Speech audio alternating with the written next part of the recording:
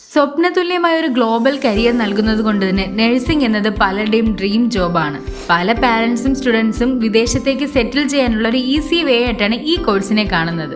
മറ്റ് കോഴ്സുകൾ ചെയ്തവർക്ക് ഹയർ എഡ്യൂക്കേഷന് വേണ്ടി വിദേശത്തേക്ക് ചെന്നതിന് ശേഷമാണ് ജോബോ പെർമനന്റ് റെസിഡൻസോ ആകുന്നത്.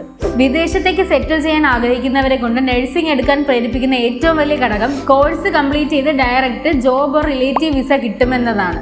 ചില കാലഘട്ടങ്ങളിൽ ചില കോഴ്സുകൾക്ക് ഡിമാൻഡ് കൂടി വരും. അത് ആ സീസൺ കഴിയുന്നത് പോലെ തന്നെ ഡിമാൻഡ് കുറയുകയും ചെയ്യും. അതിനൊരു ഉദാഹരണമാണ് ഇടക്കാലത്ത് നമ്മുടെ നാട്ടിൽ കണ്ടുവന്ന എഞ്ചിനീയർമാരുടെ ഒരു അതിപ്രസരം. അതുകൊണ്ട് തന്നെ കോവിഡിന് ശേഷം വിദേശ രാജ്യങ്ങളിൽ ഇന്ത്യൻ നഴ്സുമാർക്കുണ്ടായ ഡിമാൻഡ് എക്കാലവും ഉണ്ടാകുമെന്ന മുൻധാരണയോടെ നഴ്സിംഗ് പഠിക്കാൻ ഇറങ്ങുന്നത് ഒരു മണ്ടത്തരം തന്നെയാണ്. അപ്പോൾ ആർക്കൊക്കെയാണ് നഴ്സിംഗ് എടുക്കാൻ കഴിയുക, അല്ലെങ്കിൽ ആരൊക്കെയാണ് ഒരു നഴ്സ് ആകേണ്ടത് എന്നത് ചർച്ച ചെയ്യേണ്ട ഒരു കാര്യം തന്നെയാണ്. പലപ്പോഴും നഴ്സിംഗ് കോളേജുകളുടെ അഡ്മിഷൻ ആവശ്യത്തിനായി കുട്ടികളെ ഇന്റർവ്യൂ ചെയ്യുമ്പോൾ ചോദിക്കുന്ന ഒരു ചോദ്യമാണ് എന്തുകൊണ്ട് നഴ്സിംഗ് കരിയർ തിരഞ്ഞെടുത്തു എന്നത്. അതിന് 90% കുട്ടികളും പറയുന്ന ഉത്തരം പാവപ്പെട്ടവരെ സഹായിക്കണം, സമൂഹത്തിന് നന്മ ചെയ്യണം എന്നൊക്കെയാണ്. ഇങ്ങനെ പറഞ്ഞവരിൽ പലരും ഒരു ഹോസ്പിറ്റലിൽ ക്രിട്ടിക്കൽ കെയർ യൂണിറ്റിൽ വർക്ക് ചെയ്യുമ്പോൾ പേഷ്യൻസിന്റെ ബൈസ്റ്റാൻഡേഴ്സ് ഒരു കാര്യം ഒന്നിലധികം വട്ടം ചോദിക്കുമ്പോൾ മുഖം കറുപ്പിക്കുകയാണ് പതിവ്. സോ ഈ ഒരു മേഖലയിൽ ആദ്യം വേണ്ടി വരുന്ന ഒരു ഇമ്പോർട്ടൻറ്റ് ക്വാളിറ്റിയാണ് ക്ഷമ. പഠിച്ച കാര്യങ്ങൾ പ്രാവർത്തികമാക്കാനും പ്രാവർത്തികമാക്കിയ കാര്യങ്ങളിലെ തെറ്റുകൾ വളരെ പെട്ടെന്ന് കണ്ടുപിടിക്കാനും ജീവിതത്തിലെ ഏത് മോശ അവസ്ഥയിലും തൻ്റെ പേഷ്യൻസിന് വേണ്ടി വളരെ ക്ഷമയോടെ നിൽക്കുവാനും ഒരു നഴ്സിന് കഴിയണം. മറ്റൊരു പ്രധാനപ്പെട്ട ഒരു ക്വാളിറ്റിയാണ് കമ്മ്യൂണിക്കേഷൻ. ഡോക്ടറിന്റെയും പേഷ്യന്റിന്റെയും അഡ്വക്കേറ്റ് ആണ് ഒരു നഴ്സ് എന്നാണ് പറയാറ്. ഒരു മേജർ മെഡിക്കൽ പ്രൊസീജിയർ കഴിഞ്ഞാൽ ഒരു രോഗിയുടെ 80% കാര്യങ്ങളും ടേക്ക് കെയർ ചെയ്യുന്നത് ഒരു നഴ്സാണ്. ആ ഒരു സാഹചര്യത്തിൽ രോഗിയുടെ കംപ്ലീറ്റ് കാര്യങ്ങളും അപ്ഡേറ്റഡ് ആയിട്ട് ഡോക്ടറെ അറിയിക്കുക എന്നത് നഴ്സിന്റെ ഉത്തരവാദിത്തമാണ്. അതുപോലെ തന്നെ ആ പേഷ്യന്റിന്റെ വിവരങ്ങൾ അറിയാനായിട്ട് പുറത്ത് കാത്തു നിൽക്കുന്ന അവരുടെ റിലേറ്റീവ്സിനോട് വളരെ മാന്യമായ രീതിയിൽ മെഡിക്കൽ എത്തിക്സ് കീപ്പ് ചെയ്താണ് ഒരു നഴ്സ് സംസാരിക്കേണ്ടത്. ഒരു നഴ്സിന് വേണ്ട മറ്റൊരു മെയിൻ ക്വാളിറ്റിയാണ് കരുണ.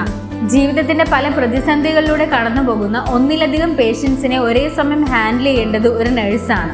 അതിൽ തന്നെ പുതിയൊരു തലമുറയ്ക്ക് ജന്മം നൽകുന്ന അമ്മ മുതൽ തൻ്റെ ജീവൻ തിരിച്ചു കിട്ടുമോ എന്നറിയാതെ കിടക്കുന്ന രോഗികൾ വരെ ഉണ്ടാവും. ഇവരോടെല്ലാം കരുണയോടെ പെരുമാറാൻ കഴിയുമോ എന്നത് നഴ്സിംഗ് കരിയർ ചൂസ് ചെയ്യുന്നതിന് മുമ്പ് ഒരു വിദ്യാർത്ഥി സ്വയം ചോദിക്കേണ്ട ചോദ്യം തന്നെയാണ്. ഒരു നഴ്സിന് വേണ്ട മറ്റൊരു ഘടകം എന്നത് നല്ല ആരോഗ്യം ഉണ്ടാവുക എന്നതാണ്.